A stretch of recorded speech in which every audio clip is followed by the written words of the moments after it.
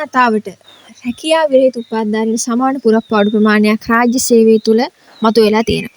මේක ලංකාවේ ඉතිහාසයේ පළවෙනි පාරට තමයි මේ විදිහේ දෙයක් දක්නට හම්බෙන්නේ. මොකද මීට පෙර රැකියා විරහිත උපාධිධාරීන් පාරට බහ රස්සායන කිසිම වෙලාවක රැකියා විරහිත උපාධිධාරීන්ට සමාන පුරප්පාඩු ප්‍රමාණයක් රාජ්‍ය සේවය තුළ මතුවලා තියෙනවා දක්නට හම්බෙන්නේ නැහැ.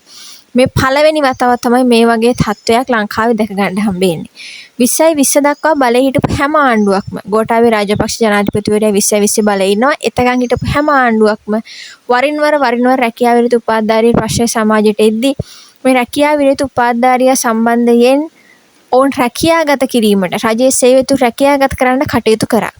නමුත් 2025 වන අද වෙනකන් මේ රටේ හිටපු කිසිම ආණ්ඩුවක් සමත් වෙන්නේ නැහැ වසරක් පාසා එළියට එන උපාධිධාරියා රැකියාගත කිරීමේ වැඩපිළිවෙලක් සකස් කරන්න. කෙසේ වෙතත් 2020 බාර හිටපු ගෝඨාභය රාජපක්ෂ ජනාධිපතිවරයා එතෙක් සිටි සියලු රැකියා විරහිත උපාධිධාරීන් රැකියාගත කරාට පස්සේ රජයේ සේවය තුළ 2020න් පස්සේ කොරෝනා සංගතේනේක ආර්ථික වශයෙන් ලංකාව කඩන් වැටෙන එක අරගලේන එක දේශපාලන සමාජීය අස්ථාවරත්වභාවයක් ඇති වෙන එක මේ හැමදේම එක්ක 2020 සිට 2025 දක්වා රැකියා විරහිත උපාධිධාරීන් 35000කට ආසන්න ප්‍රමාණයක් මේ වෙද්දී එකතු වෙලා ඉන්නවා.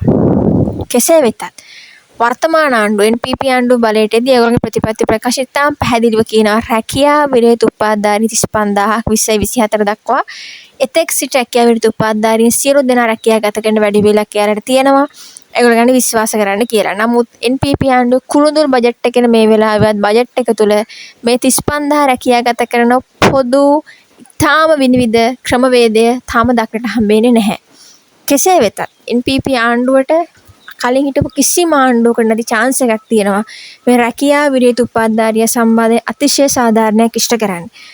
උපාධිධාරී වැඩිම පිරිසක් නියෝජනය කරන වර්තමාන ආණ්ඩුව උපාධිධාරීන්ට තාම හොඳ විදිහට සලකන්න කළගුණ සලකන්න කියපු දේ මතක තියෙන ආණ්ඩුවක් විදිහට කටයුතු කරන්න රැකියා විරහිත වෙලින් උපාධිධාරීන් ප්‍රමාණයට සමාන පුරප්පාඩු සංඛ්‍යාවක් රජයේ සේවය මතුවලා තියෙනවා.